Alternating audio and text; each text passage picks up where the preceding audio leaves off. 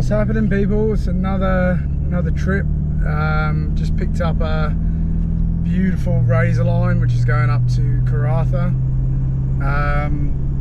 Got to take this one up to Karratha, and then we got to pick up a Genesis craft from Port Hedland and bring that back down. So fairly decent trip. I'll show you the map. It's but it's a pretty big run. So yeah, brand spanker's new Razerline, so the trailer should all be good, should tow really well.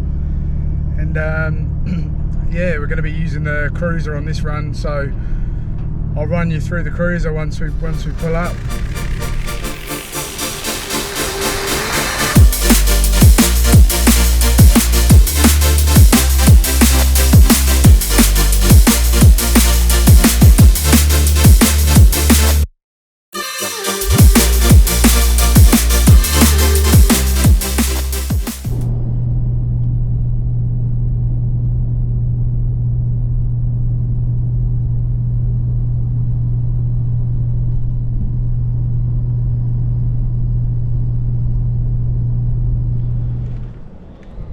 So here we are in Geraldton, rolling on this beauty.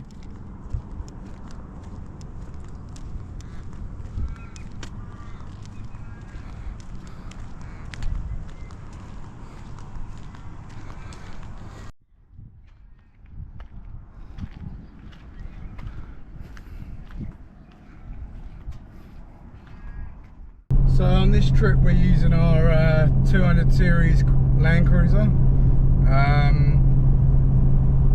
V8 diesel, twin turbo.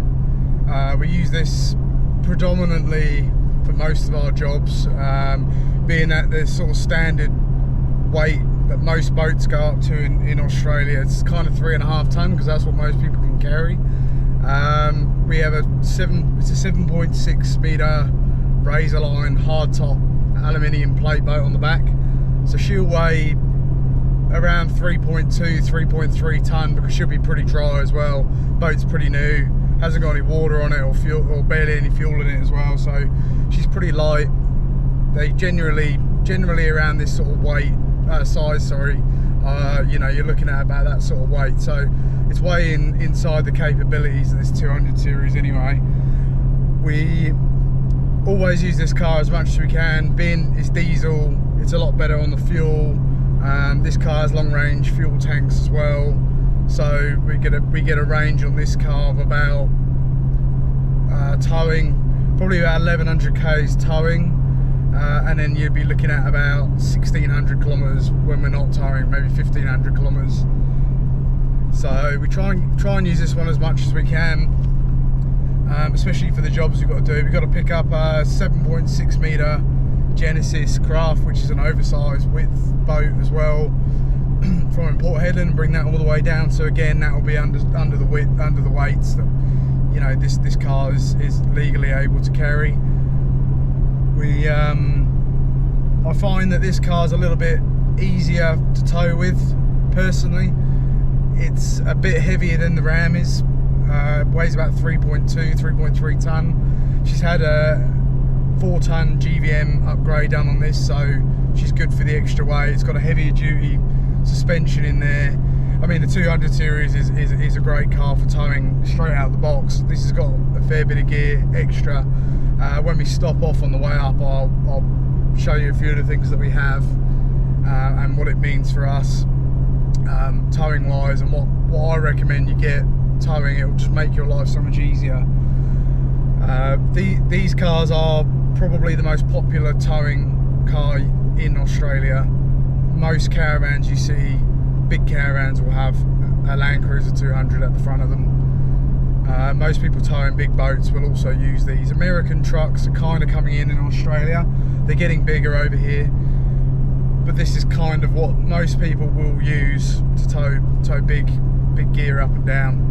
And you know, if anyone who knows anything about Landcruisers, they're super reliable, got a really good rep, really good resale. You know, there's a reason why everyone uses these. Everyone wants one of these. They've stopped making these now in the V8. They come out with the 300 series now, so that'll see how that goes with time. but the V8 diesel, which is in this, is definitely the one to have. So this is just my opinion anyway. When it comes to towing vehicles, I mean, really I have to just leave American trucks out of the equation when we talk about this, because they're a different level over there. In the US, one of these cars wouldn't even be considered as a towing vehicle, I suppose. You know, you just go and use for how much the guys over there pay for Ford F trucks and GMCs and all those sorts of things, compared to what we pay here. I mean, you wouldn't even consider one of these. But this is for guys mainly in Australia, or probably other places as well, where it's harder to get hold of American trucks. You know, from what I know, from what we do, where we tow day in, day out, and we tow heavy and long distance, this is really the 200 series is the best option to me. The 70 series is a very good option as well, providing you get, you know, you need to get them remapped. They're very detuned from factory, especially when you've got from a 2016 DPF model onwards. They come with a longer fifth gear on the gearbox, a longer fifth gear ratio, so it's better for fuel economy. But when you're towing, it sometimes seems to lack a bit of grunt on the highway. And for a V8 diesel in the 70 series, they only push 430 newton meters, I think, something like that. They're extremely detuned, but as soon as you get them tuned, they really start to sing, and they really become a really good tow vehicle then. But it's mainly the durability of them as well. There's a reason all the mining companies use them. There's a reason mining companies buy these as well, and Prados and things like that. That, you know, Toyota kind of have a bit of a rep now for being the go-to for all of that sort of stuff, for anything reliability wise.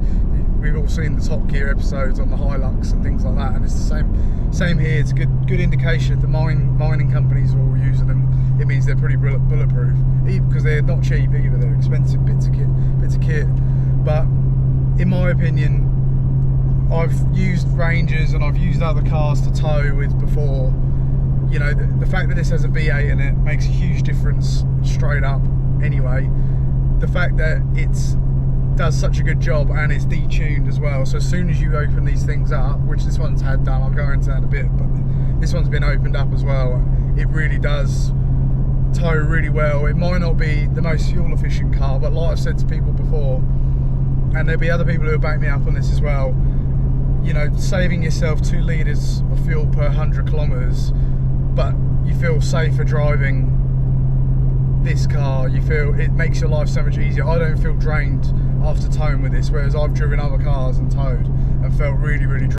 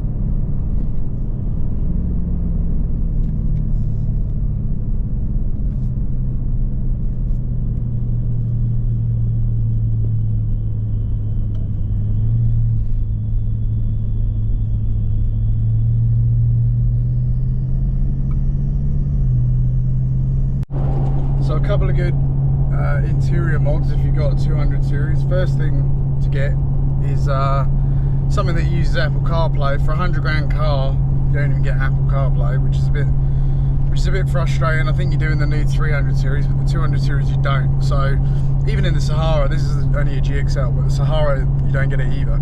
So we bought one of these from a brand called EC Off-Road. I don't know if you can quite see the screen. There you go. So this is a 10-inch display that just replaces the factory crappy GXL one that we get. In the Sahara, I believe it's an interface module that goes in, and what it does, it just brings up everything on the Sahara screen, so it's a bit cheaper. Not a bad little unit. It runs absolutely fine. We never had any issues with it whatsoever. You know, obviously sold here, but you know they're definitely from China. But the quality of it's been fine. It does exactly what it needs to do. You know, you've got Apple CarPlay on there. This is Google Maps, but this is like the better version of Google Maps than the crappy one you get on your iPhone. So you know, you get all the topography and satellite images and everything. That's pretty cool. Other things, phone holder, which are clip on, so you just clip them onto the dash. You can remove them pretty easily as well.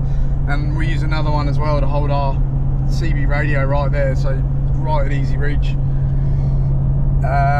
Scan gauge, it's important for us to have this. This is good for clearing codes and things like that. It also monitors certain gauges as well, so at the moment it's monitoring all the transmission temperatures, boost, and the coolant temperature as well. And yeah, just this little pod that they make, Perth Diesel Performance made the little pod. Makes it nice and easy to put on your dash, and nice and smart, and that's stayed there the whole time, it hasn't moved. Just double-sided tape on that. Last thing is this is the antenna for it's called a Selfie Go, and it's a Telstra booster. So essentially what there's a little box that goes in the back, behind the back seat, and you've got this internal antenna. Plug the box into the cigarette lighter, and then we've got an antenna on the roof which picks up the external signal, and basically it just boosts the signal. I can't remember what times it boosts it, something like 1,000 times the signal that you get through your phone. So it just essentially means that when we drive from Perth pretty much anywhere, we get signal 90-95% of the time. You know, they do ones for different networks as well, but we're with Telstra are pretty good anyway. But we have it does an auto setting, so it looks for 4G when it can. I have it set on 3G because it just means that you can use 3G everywhere. It's easier to get hold of the signal, and even 3G you still get some internet. It's still good enough to play internet radio, check your email. You know, you can still make phone calls everywhere. I'll show you when I stop. I'll show you what the little box looks like. You just hide the box away. But I never heard of these things, but I remember a couple of guys that worked in the mine sites said that they had them in their cars, and honestly they're about $1,000, including a good antenna on top. About $150 for a good antenna, big GME antenna as well, long range. I think it costs about $1,150 all up. Plug and play, so you could move it between cars if you want. Yeah, definitely worth getting, and also that upgraded stereo. So I thought this might be a good place to stop. Tropical Capricorn is just over here. That's the line there.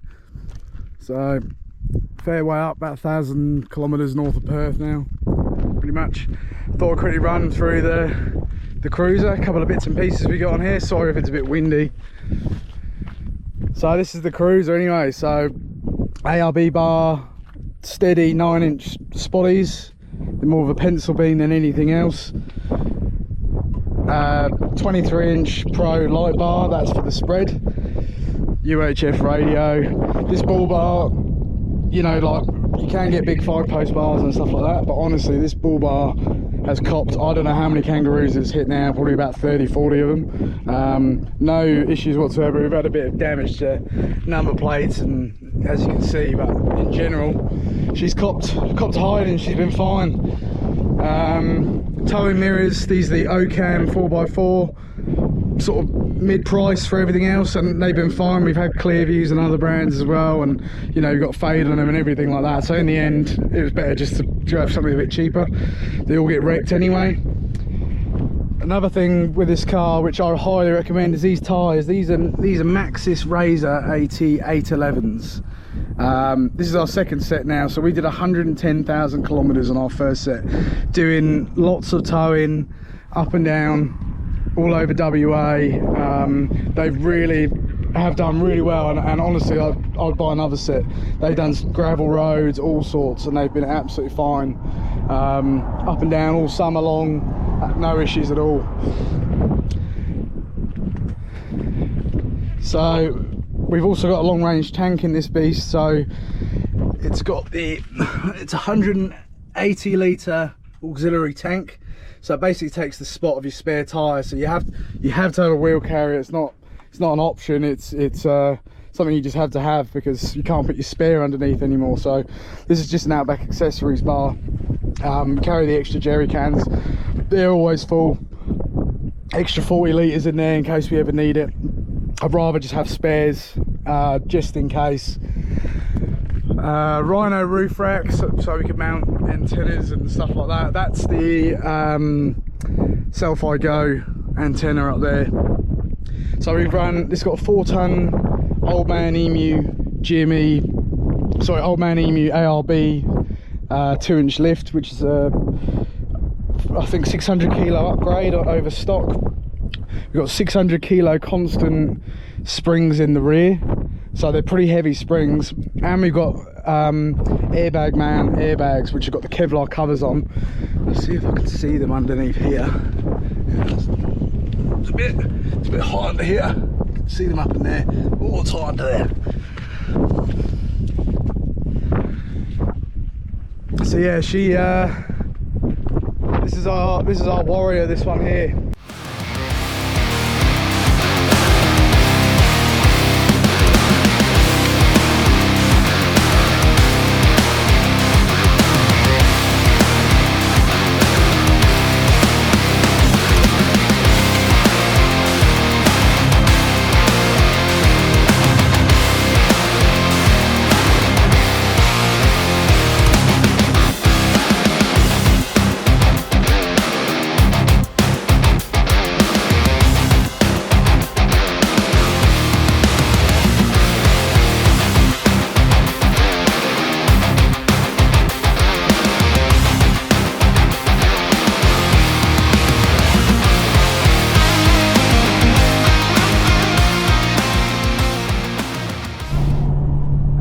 Just hitting the Pilbara now.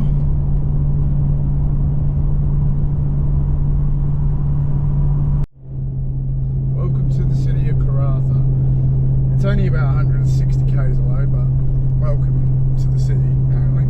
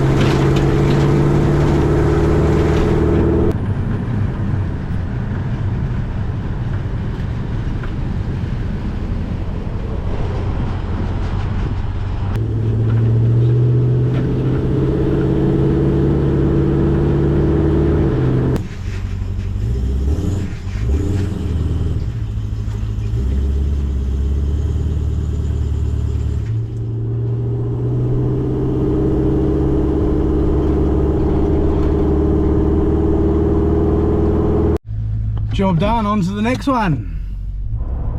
So that's the Razerline delivery all done. So now we're moving on to onto headland. So I'm gonna boot down, get into it, go pick this boat up, and I'll check in on the next bit.